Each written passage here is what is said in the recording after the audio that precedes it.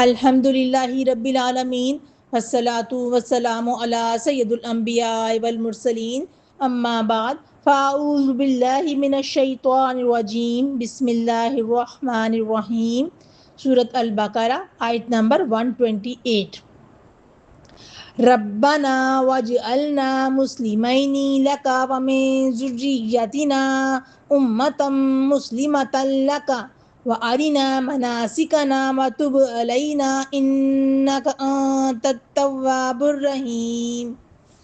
ترجمہ: اے ہمارے رب، اور تو ہم دونوں کو اپنا فرمان بردار بنا اور ہماری اولاد میں سے ایک جماعت اپنی فرمان بردار بنا، اور تو ہمیں ہمارے حج اور عبادت کے طریقے دکھا، اور تو ہم پر توجہ فرما، یعنی ہماری توبہ قبول فرما۔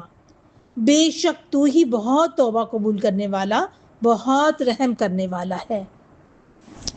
یہ دعا حضرت ابراہیم علیہ السلام اور حضرت اسماعیل علیہ السلام نے اس وقت مانگی جب وہ خانہ کعبہ کی تعمیر کر رہے تھے۔ ذرا غور کریں، اللہ کے عظیم نبی اللہ کے حکم سے عبادت کر رہے ہیں، اتنا بڑا نیک عمل انجام دے رہے ہیں، پھر بھی دعا کیا مانگ رہے ہیں؟ قبولیت، اطاعت اور توبہ۔ یہ ہمیں سکھاتا ہے کہ نیکی کرنے کے بعد بھی بندہ خود کو کامل نہیں سمجھتا۔ دعا کے 5 بنیادی حصے ہیں۔ سب سے پہلا، کامل اطاعت کی دعا، ربنا واجعلنا مسلمین لکا، یعنی اے اللہ ہمیں مکمل طور پر اپنا فرمان بردار بنا دے۔ یہاں مسلمین کا مطلب صرف نام کا مسلمان نہیں، بلکہ دل اللہ کے تابع، عمل اللہ کے تابع، خواہشات بھی اللہ کے تابع۔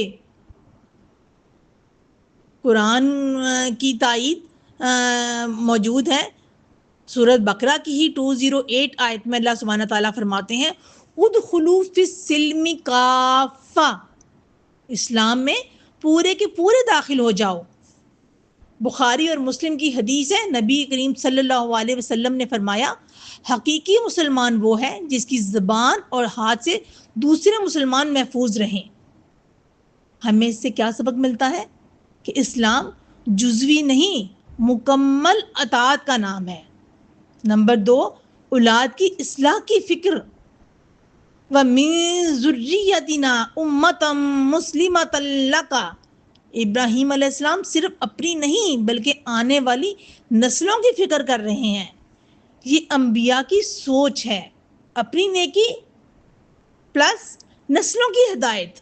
اور قرآن بھی اس کی مثال جو ہے وہ قرآن میں بھی موجود ہے۔ سورۃ فرقان میں نیک بندوں کی دعا ہے ربنا ہب لنا من ازواجنا وذریاتنا قرۃ اعین، یعنی صرف اپنے اکیلے کے لیے نہیں ہم نے ہدایت مانگنی، اپنی ذریت کے لیے بھی کہ اللہ ان کو بھی نیک و صالح بنا دے، آنکھوں کی ٹھنڈک بنا دے۔ تو نبی کریم صلی اللہ علیہ وسلم نے مسلم کی حدیث میں فرمایا ہے جب انسان فوت ہو جاتا ہے تو اس کا عمل ختم ہو جاتا ہے، مگر 3 چیزیں باقی رہتی ہیں، جن میں سے ایک ہے نیک اولاد جو اس کے لیے دعا کرے۔ اگر ہم سیرت صحابہ دیکھیں تو اس میں حضرت عمر رضی اللہ تعالیٰ عنہ راتوں کو اپنے بچوں کے ایمان کے لیے دعا کرتے تھے۔ اس سے ہمیں کیا سبق ملتا ہے؟ کہ اصل کامیابی بچوں کو دنیا دار نہیں بلکہ دیندار بنانا ہے۔ تیسرا کیا ہے؟ صحیح عبادت سیکھنے کی دعا، وَأَرِنَا مَنَاسِكَنَا، یعنی اے اللہ ہمیں عبادت کا درست طریقہ سکھا دے۔ یہاں ایک عظیم اصول ہے، نیت اچھی ہونا کافی نہیں، طریقہ بھی درست ہونا ضروری ہے۔ بخاری کی حدیث ہے، نبی مہربان صلی اللہ علیہ وسلم نے فرمایا نماز اسی طرح پڑھو جیسے مجھے پڑھتے دیکھا ہے۔ اور حج کے بارے میں فرمایا مجھ سے اپنے حج کے طریقے سیکھ لو، یہ بھی مسلم کی حدیث ہے۔ ہمیں اس سے کیا سبق ملتا ہے؟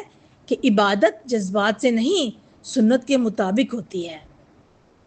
پھر اس آیت میں توبہ کی دعا کی، وَتُبْ عَلَيْنَا، اتنے عظیم نبی بھی توبہ مانگ رہے ہیں۔ بخاری کی حدیث ہے، رسول اللہ صلی اللہ علیہ وسلم نے فرمایا میں دن میں 70 سے زیادہ مرتبہ اللہ سے استغفار کرتا ہوں۔